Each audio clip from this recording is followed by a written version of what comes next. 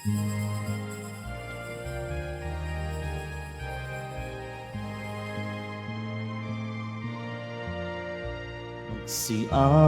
kayo sa Panginoon ng isang bagong awitin. Magsiawit kayo sa Panginoon, buong sandaigdigan. Awitan ang Panginoon at purihin ang kanyang ngalan. Ipahayag ang kanyang pagliligtas sa lahat ng panahon. Magsiawit kayo sa Panginoon ng isang bagong awitin. Magsiawit kayo sa Panginoon, buong sandaigdigan. Sa ngalan ng Ama at ng Anak at ng Espiritu Santo. Amen. Ang pagpapala ng ating Panginoong Jesucristo, ang pag-ibig ng Diyos Ama, at ang pakikipagkaisa ng Espiritu Santo, naway sumainyong lahat. At sumayo rin. Mga kapatid, aminin natin ang ating mga kasalanan upang tayo ay maging marapat na gumanap sa banal na pagdiriwang. Inaamin ko sa makapangyarihang Diyos At sa inyo mga kapatid, na luba akong nagkasala sa isip, sa salita, sa gawa, at sa aking pagkukulang. Kaya isinasamo ko sa mahal na Birheng Maria, sa lahat ng mga anghel at mga banal, at sa inyo mga kapatid, na ako'y panalangin sa Panginoong ating Diyos. Kaawan tayo na makapangyarihang Diyos, patawarin tayo sa ating mga kasalanan at patnubayan tayo sa buhay na walang hanggan. Amen. Panginoon, kaawaan mo kami. Panginoon, kaawaan mo kami. Kristo, kaawaan mo kami. Kristo, kaawaan mo kami. Panginoon, kaawaan mo kami. Panginoon, kaawaan mo kami. Manalangin tayo. Ama naming makapangyarihan, pinangangatawanan mong manahan sa mga may loobing tapat at maasahan. Sa kagandahang loob mo kami naway makapamuhay bilang mga mapalad na maging iyong tahanan sa pamamagitan ni Jesucristo, kasama ng Espiritu Santo, magpasawalang hanggan. Amen. Maupo po tayo. Pagbasa mula sa aklat ng Henesis. Si Noe at ang kanyang mga anak ay pinagpala ng Diyos. Magkaroon kayo ng maraming anak at kalatan ninyo ang buong daigdig. Matatakot sa inyo ang lahat ng hayop, pati mga ibon, ang lahat ng gumagapang sa lupa at ang mga isda. Ang lahat ng ito ay ilalagay ko sa ilalim ng inyong kapangyarihan. Ibinibigay ko sa inyo ang mga hayop at mga halamang luntian upang maging pagkain ninyo. Isang bagay lamang ang hindi niyo makakain, ang karning hindi inalisan ng dugo na siyang sagisag ng buhay. Papatayin ang sinumang papatay sa inyo, maging ito'y hayop. Sisingilin ko ang sinumang papatay ng kanyang kapwa. Sino mang pumatay ng kanyang kapwa ay buhay ang bayad sa kanyang ginawa. Sapagkat ang tao'y nilalang, nilikha ayon sa larawan ng Diyos na dakila. Magkaroon nga kayo ng maraming anak upang kalatan nila ang buong daigdig. Sinabi ng Diyos kay Noe at sa kanyang mga anak, ako'y nakikipagtipan sa inyo ngayon, pati na sa inyong magiging mga anak. Gayon din sa lahat ng mga bagay na may buhay sa paligid ninyo. Mga ibon, maaamot maiilap na hayop na kasama ninyo sa daong. Ito ang masasabi ko sa aking pakikipagtipan sa inyo. Kailan may hindi ko nalilipulin Sa pamamagitan ng baha, ang lahat ng may buhay. Wala ng baha nagugunaw sa daigdig. Sinabi pa ng Diyos, ito ang magiging palatandaan ng walang hanggang tipan na ginagawa ko sa inyo at sa lahat ng hayop. Palilitawin ko sa mga ulap ang aking bahaghari at yan ang magiging tanda ng aking pakikipagtipan sa inyo. Ang salita ng Diyos. Salamat sa Diyos. Mula sa iyong luklukan, lahat ay iyong minamasdan. Mula sa iyong luklukan, lahat ay iyong minamasdan. Ang lahat ng bansa sa poon ay takot, maging mga hari sa buong sinukob. Kung iyong itayong pamulian Siyon, ika'y mahayag doon, Panginoon. Daing ng mahirap ay iyong diringgin, di mo tatanggihan ang kanilang daing. Mula sa iyong luklukan, lahat ay iyong minamasdan. Ito'y matitinig upang matunghayan ng sunod na lahing di pa dumaratal. Ikaw nga, O Poon, ay papurihan. Mula sa itaas, luklukan mong banal. Ang lahat sa lupa'y iyong minamasdan. Iyong dinirinig ang pagtaghuyan ng mga bilanggong ang hatol ay bitay upang palayain sa hirap na taglay. Mula sa iyong luklukan, lahat ay iyong minamasdan. At ang mga anak ng iyong mga lingkod, mamumuhay namang panatag ang loob. Magiging matatag ang kanilang angkan. Sa pag-iingat mo, sila ay tatagal. Ano pat ang iyong alay mahahayag? Sa Siyon o Poon, ika'y ibabansag. Pag ang mga bansa ay nagsama-sama sa banal na lungsod upang magsisamba. Mula sa iyong luklukan, lahat ay iyong minamasdan. Tumayo po tayo.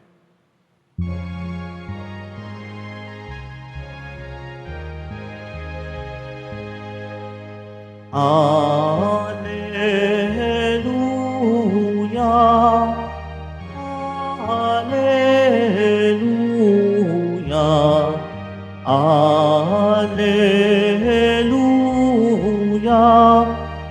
Alleluia.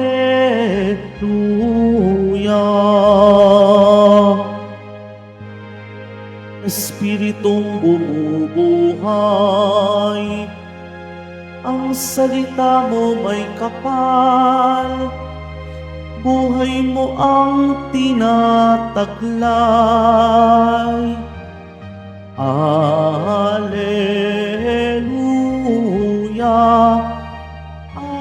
Alleluia, Alleluia, Alleluia.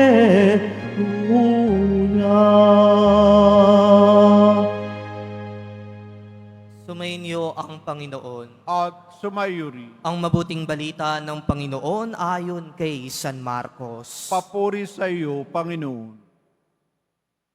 Noong panahong iyon, si Jesus kasama ang kaniyang mga alagad ay nagtungo sa mga nayon ng Cesarea, sakop ng Filipo. Samantalang sila'y naglalakbay, tinanong niya ang kaniyang mga alagad, "Sino raw ako ayon sa mga tao?" Sumagot sila, "Ang sabi ng ilan ay si Juan Bautista kayo, sabi naman ng iba si Elias kayo, at may nagsasabi pang isa kayo sa mga propeta. Kayo naman, ano ang sabi ninyo? Sino ako?" tanong niya. "Kayo ang Kristo," tugon ni Pedro. "Huwag ninyong sasabihin kanino man kung sino ako," mahigpit na utos niya sa kanila. Mula noon, ipinaalam na ni Jesus sa kanyang mga alagad na ang anak ng tao'y dapat magbata ng maraming hirap. Siya'y itatakwil ng matatanda ng bayan, ng mga punong saserdote at mga eskriba, at ipapapatay. Ngunit sa ikatlong araw, muli siyang mabubuhay. Maliwanag na sinabi niya ito sa kanila, kaya't niyaya siya ni Pedro sa isang tabi at sinimulang pagsabihan. Ngunit humarap si Jesus sa kaniyang mga alagad at pinagwikaan si Pedro, "Lumayo ka, Satanas. Ang iniisip mo ay hindi sa Diyos, kundi sa tao." Mga kapatid, ang mabuting balita ng Panginoon. Pinupuri ka namin, Panginoong Heso Kristo. Maupo po tayo. Isang mapagpalang umaga po sa inyong lahat, mga kapatid ko kay Kristo. Tunay nga pong kay buti ng Diyos dahil ngayon tayo ay nagkatipon-tipon bilang isang pamilya ng mananampalataya na nagbibigay ng ating papuri at pasasalamat sa ating mahal na poong Jesus Nazareno. At sa buhay po natin, mga kapatid, hindi po natin maikakaila na marami tayong gusto, marami tayong ninanais, at kadalasan sa kagustuhang iyan, yan ang nagdidikta sa atin kung ano ang gagawin natin sa buhay. At kadalasan, sa kagustuhan ding iyan, kung saan-saan din tayo dinadala. Maaring masaya tayo, maaring nasasarapan tayo sa mga kagustuhan na ginagawa natin sa ating buhay. Pero ang magandang tanong natin sa ating sarili, yang kagustuhan bang yan ay kagustuhan mo lamang o kagustuhan din ng Diyos? Dahil sometimes, our desires could lead us to the wrong path if it is not aligned in God's will. Yung mga kagustuhan natin ay maaring dalhin tayo sa kapahamakan, sa maling landas, kung ito ay hindi naaayon sa kagustuhan ng Diyos. Marami po dito sa atin, marahil kilala ang Diyos, kilala si Jesus, pero gayon pa man, mga kapatid, hindi po natin masasabi kung lubusan nating nasusunod ang Diyos, si Jesus, kung makikita po natin sa ating buhay na ang nangingibabaw ay yung pangsariling kagustuhan natin. Kung tayo ay nakasentro lamang sa ating sariling kalooban at kadalasan nakakalimutan na natin kung ano ba ang kalooban ng Diyos para sa atin. At yan po ang paalaala ng ating ebanghelyo po para sa ngayong araw na ito. Narinig po natin sa ating ebanghelyo kung saan tinanong ni Jesus ang kanyang mga alagad, "Sino ako para sa inyo?"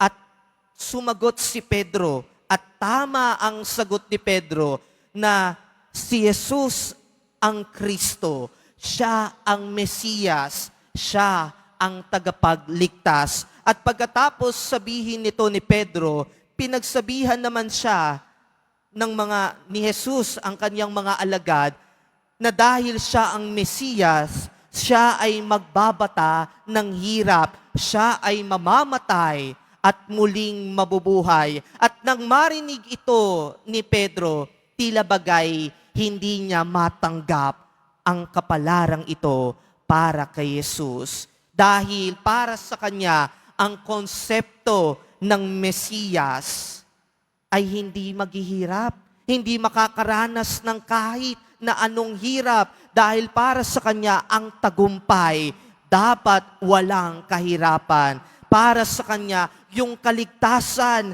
ay matatamo lamang sa pamamagitan ng kapangyarihan.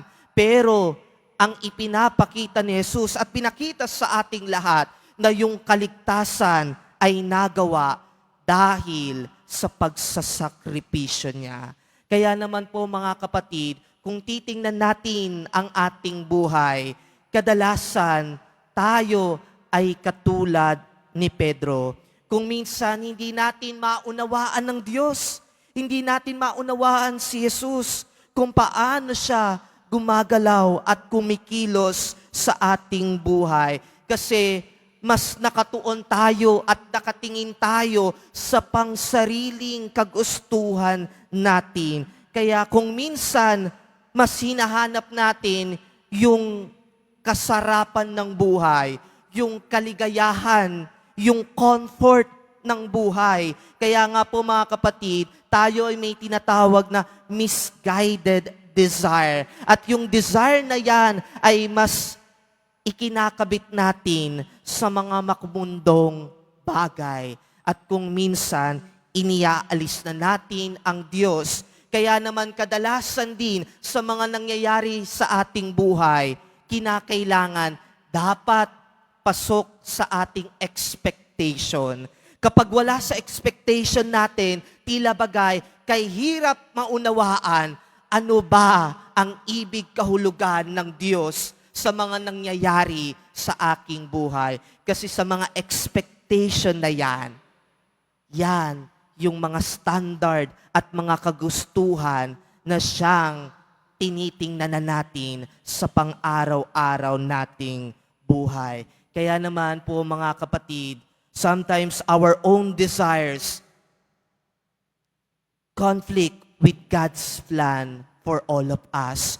Yung mga kagustuhan natin ay hindi tumutugma sa kagustuhan at kalooban ng Diyos.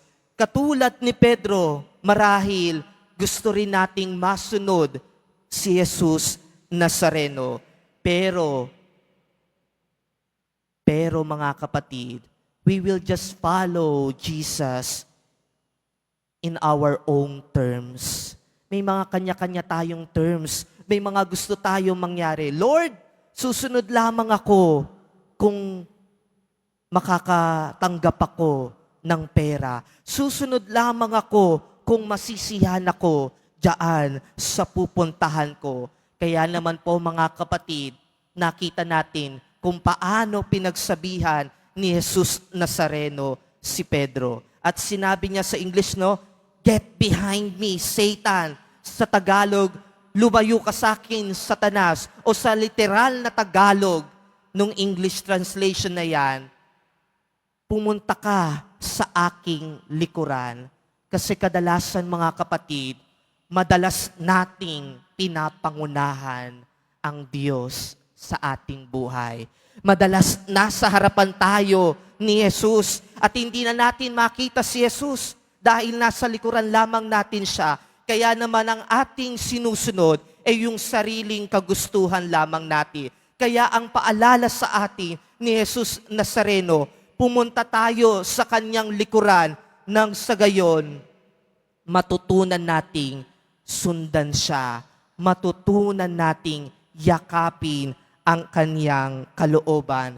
Hindi yung kalooban natin, hindi yung pangsariling interest natin, at hindi yung mga makamundong bagay.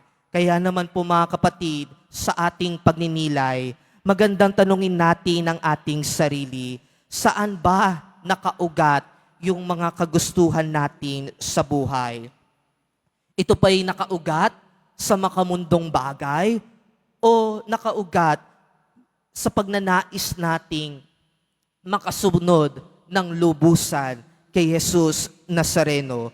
Ginugusto ba natin na yakapin ang krus na ipinakita sa atin ni Jesus, ang krus ng ating buhay? O mas ginugusto natin yung comfort, yung kasiyahan, yung kaligayahan, yung kasarapan ng buhay kahit na mawala ang Diyos sa ating buhay? Mga kapatid, lagi nating alalahanin ang tunay na tagasunod ni Jesus, ang tunay na deboto ni Jesus Nazareno ay kinakailangan na yakapin ang krus sa buhay. Kinakailangan makaranas din tayo ng hirap at pagsasakripisyo. At yung kagustuhan natin ay dapat naka-align sa kalooban ng Diyos, kung saan yung pagtitiwala at pag-asa natin ay ikinakabit at ibinibigay na lamang natin sa Diyos natin sa langit. Kaya po mga kapatid, sa pagpapatuloy po ng ating banal na misa, hingin natin ang grasya at biyaya ng Diyos nang sa gayon tayong lahat ay makasunod at mayakap ang krus ng ating buhay. Nang sa gayon tayong lahat bilang mga tunay na deboto ni Jesus Nazareno ay masabi natin na si Jesus ang tunay na Kristo, siya ang tunay na Mesiyas at siya ang susundan natin sa ating buhay. Amen.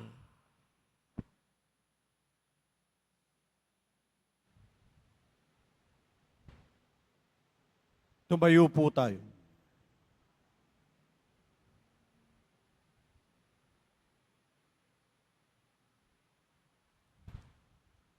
Minamahal kong mga kapatid, sa ating pagtitipon upang ipagdiwang ang misteryo ng ating kaligtasan, bumaling tayo ng may pananalig sa Diyos Ama at hilingin ang Kanyang awa. Sa bawat panalangin ng ating itutugon, Panginoon, ipahayag ka nawa ng aming buhay. Panginoon, ipahayag ka nawa ng aming buhay. Ang Santo Papa, naway mapanatili ang simbahan sa pananampalataya ni San Pedro. Manalangin tayo. Panginoon, ipahayag ka nawa ng aming buhay. Ang lahat ng mga Kristiyano, naway makasunod sa yapak ni Kristo sa pamamagitan ng pagtanggap ng kanilang krus araw-araw bilang pakikiisa sa pagdurusa ng ating Panginoon. Manalangin tayo. Panginoon, ipahayag ka nawa ng aming buhay. Ang mga nabibigatan at nahihirapan sa pagpapasan ng kanilang krus, naway makatagpo kay Kristo ng lakas at kaginhawahan. Manalangin tayo. Panginoon, ipahayag ka nawa ng aming buhay. Ang mga may sakit, naway makita ng tahib lamang ng krus ni Kristo ang kanilang karamdaman. Manalangin tayo. Panginoon, ipahayag ka nawa ng aming buhay. Ang mga nauna na sa atin sa kabilang buhay, naway makita nila ang mananakop na nagpakasakit para sa kanila. Manalangin tayo. Panginoon, ipahayag ka nawa ng aming buhay. Sa ilang sandali ng katahimikan, ating ipanalangin ang iba pang mga pangangailangan ng ating pamayanan. Gayon din ang mga intensyon na inialay sa ating misa sa araw na ito. At isama rin natin ang ating mga pansariling kahilingan.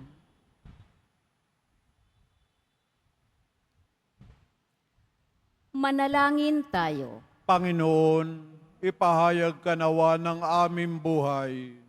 Makalangit na Ama, pakinggan mo ang panalangin ng iyong bayan at tulungan mo kaming yakapin araw-araw ang pagsubok ng aming krus. Hiniling namin ito sa pamamagitan ni Kristong aming Panginoon. Amen. Maupo po tayo.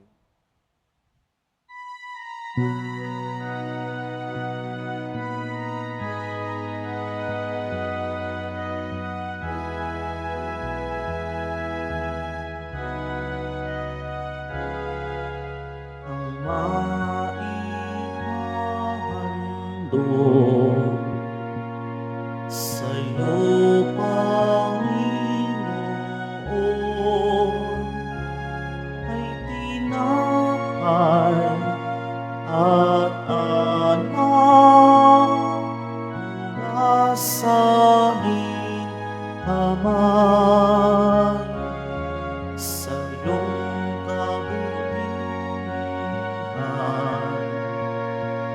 aming iaalay ang tinapay at anak sa gisang ng aming buhay.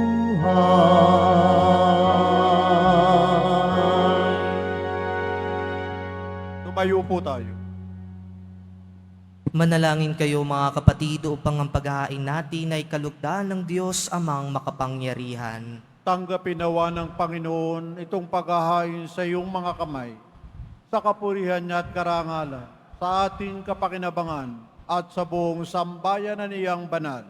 Ama naming lumikha, kami naway dalisayin at panibaguhin ng aming gaganaping paghahain. Kami naway itaguyod ng gagawin naming ito sa pagnanais naming sundin ang loob mo sa pamamagitan ni Jesucristo, kasama ng Espiritu Santo, magpasawalang hanggan. Amen. Sumainyo ang Panginoon. At sumayo rin. Itaas sa Diyos ang inyong puso at diwa. Itinaas na namin sa Panginoon. Pasalamatan natin ang Panginoong ating Diyos. Marapat na siya ay pasalamatan. Ama naming makapangyarihan, tunay nga marapat na ikaw ay aming pasalamatan. Sa iyong paglingap at kagandahang loob, ang tao'y nilikha mo at pinangasiwa sa sansinukob. Sa hangad mong siya'y iwastong lubos, siya'y pinagdusa mo sa kanyang pagtalikod. Sa iyong pagkiliw, iyong ipinahintulot na makabalik siya sa pamamagitan ni Kristo Jesus. Kaya kaisa ng mga anghel na nagsisiawit ng papuri sa iyo nang walang humpay sa kalangitan, kami nagbubunyi sa iyong kadakilaan. Santo, Santo, Santo, Panginoong Diyos ng mga hukbo, napupuno ang langit at lupa ng kadakilaan mo. O sana sa kaitaasan, pinagpalang na paririto sa ngalan ng Panginoon. O sana sa kaitaasan. Lumuhod po tayo.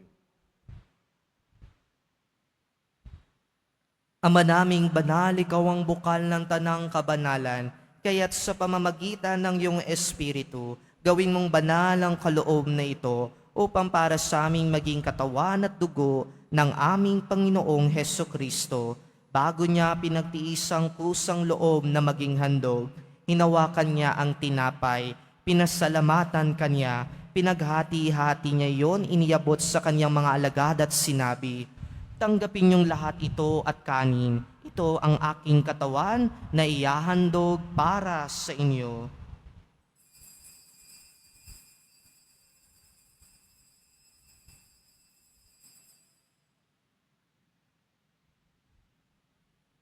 Gayon din naman nung matapos ang hapunan, hinawakan niya ang kalis. Muli kanyang pinasalamatan, iniabot niya ang kalis sa kanyang mga alagad at sinabi, tanggapin niyong lahat ito at inumin. Ito ang kalis ng aking dugo, ng bago at walang hanggang tipan, ang aking dugo na ibubuhos para sa inyo at para sa lahat sa ikapagpapatawad ng mga kasalanan. Gawin ninyo ito sa pag-alaala sa akin.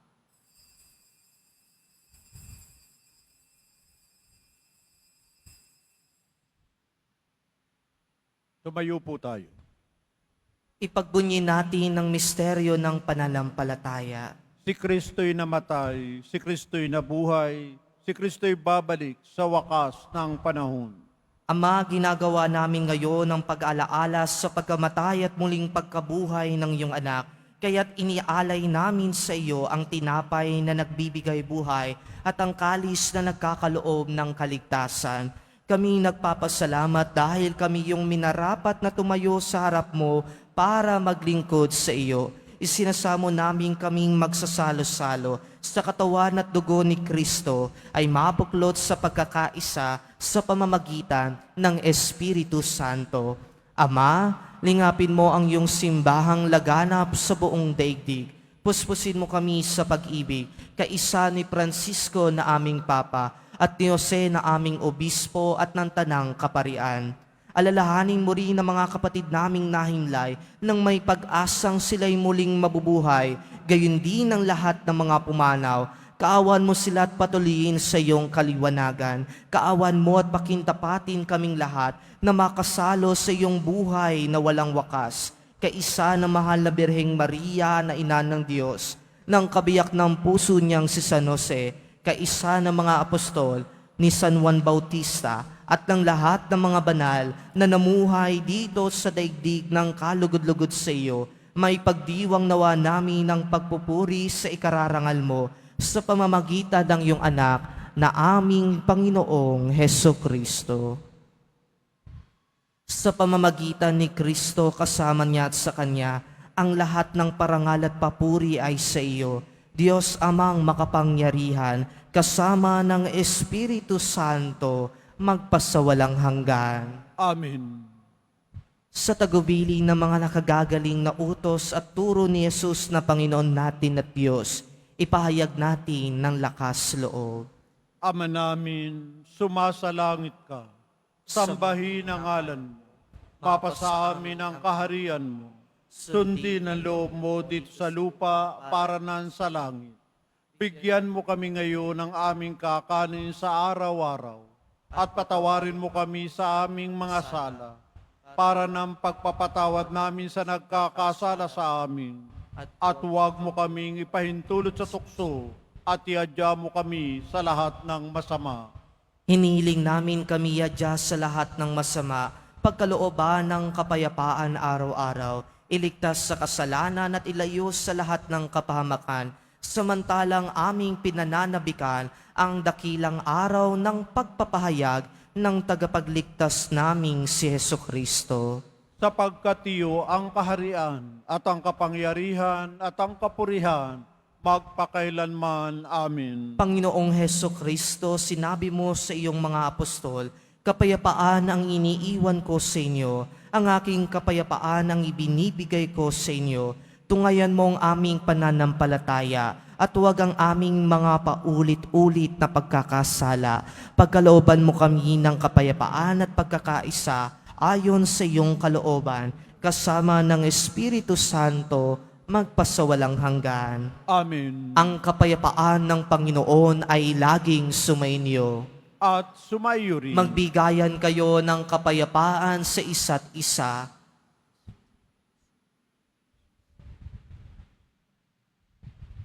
Kordero ng Diyos na nag-alis ng mga kasalanan ng sanlibutan, maawa ka sa amin. Kordero ng Diyos na nag-alis ng mga kasalanan ng sanlibutan, maawa ka sa amin. Kordero ng Diyos na nag-alis ng mga kasalanan ng sanlibutan, ipagkaloob mo sa amin ang kapayapaan. Lumuhod po tayo.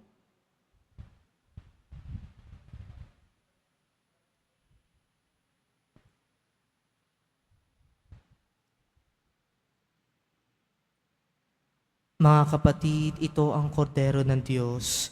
Ito ang nag-aalis ng mga kasalanan ng sanlibutan. Mapalad ang mga inaanyayahan sa kaniyang piging. Panginoon, hindi ako karapat-dapat na magpatuloy sa iyo, ngunit sa isang salita mo lamang ay gagaling na ako.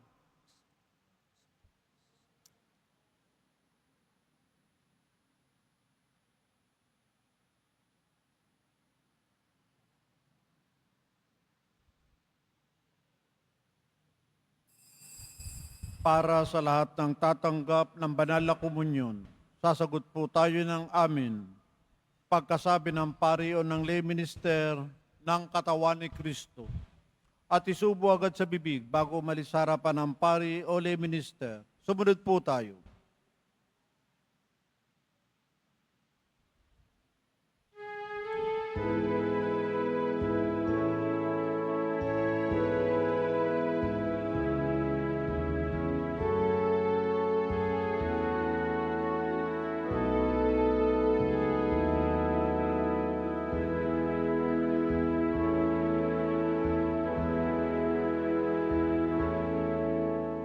Saan ako tutungo? Saan pa maghahanap? Hanggang sa dulo ng dagat, walang makikitang tulad mo. Libutin man ang mundong ito, sikaping makamtan ang pangarap ko. Ngunit ngayon at kailan paman. Walang makikitang tulad mo. Ikaw ang buhay, tanging ligaya, mundi kong alay, papurit pagsamba sa iyo, Jesus. Panginoon, tagapagligtas, pag-ibig ng Ama.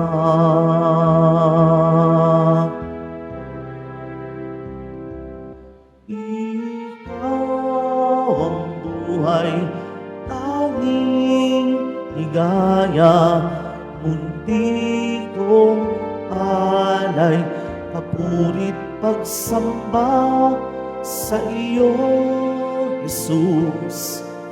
Panginoon, tagapagligtas, pag-ibig ng Ama.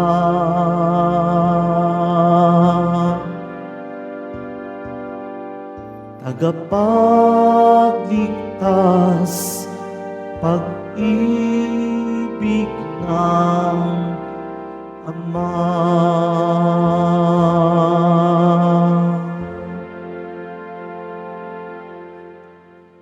Announcement.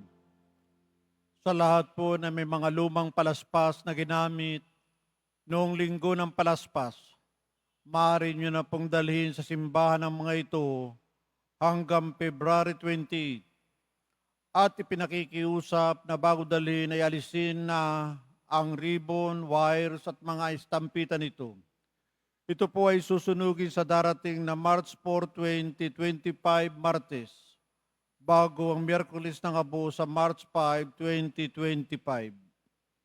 Pagkatapos ng misa, wiwisikan po ang lahat ng banal na tubig. Pinakikiusapan ng lahat na manatili lamang muna sa inyong mga lugar. Sa Quezon Boulevard o sa Plaza San Juan, ang labasan ng lahat. Sumunod po tayo. Maraming salamat po sa inyong pagdalaw at pagsisimba sa Basilica Minor at Pambansang Dambana ni Jesus Nazareno. Tumayo po tayo. Manalangin tayo.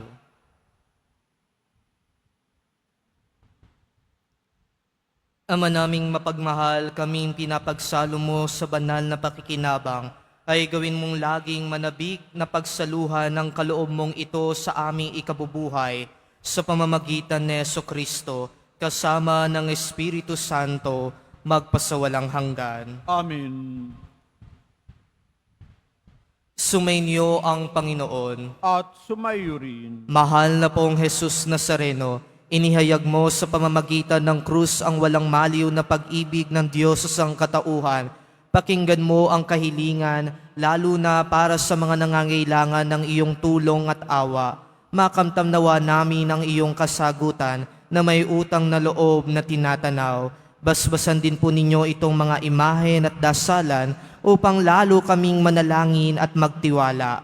Sa pamamagitan ng bendisyon na ito, naway lalo kaming maging mapaglingkod, masunurin at tapat sa iyo na aming malwalhating Panginoon, magpasawalang hanggan. Amen. At pagpalain nawa kayo ng makapangyarihan at papagmahal na Diyos, Ama, Anak, at Espiritu Santo. Amen. Humayo kayong mapayapa, taglay ang pag-ibig ng mahal na pong Jesus Nazareno. Salamat sa Diyos.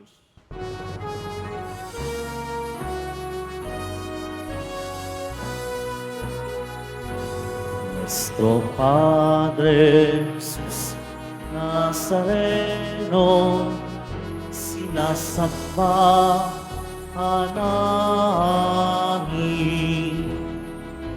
Pinipinto mo namin, aral mo ang aming buhay at kaligtasan. Nuestro Padre Jesus Nazareno, iligtas mo kami sa kasalanan. Ang krus mong pinamatayan ay sagisag ng aming kaligtasan. Nuestro Padre Jesus Nazareno, dinarangal ka namin. Nuestro Padre Jesus Nazareno, nilulwalhati ka namin. Nuestro Padre Jesus Nazareno, dinarangal ka namin. Nuestro Padre Jesus Nazareno, nilulwalhati ka namin.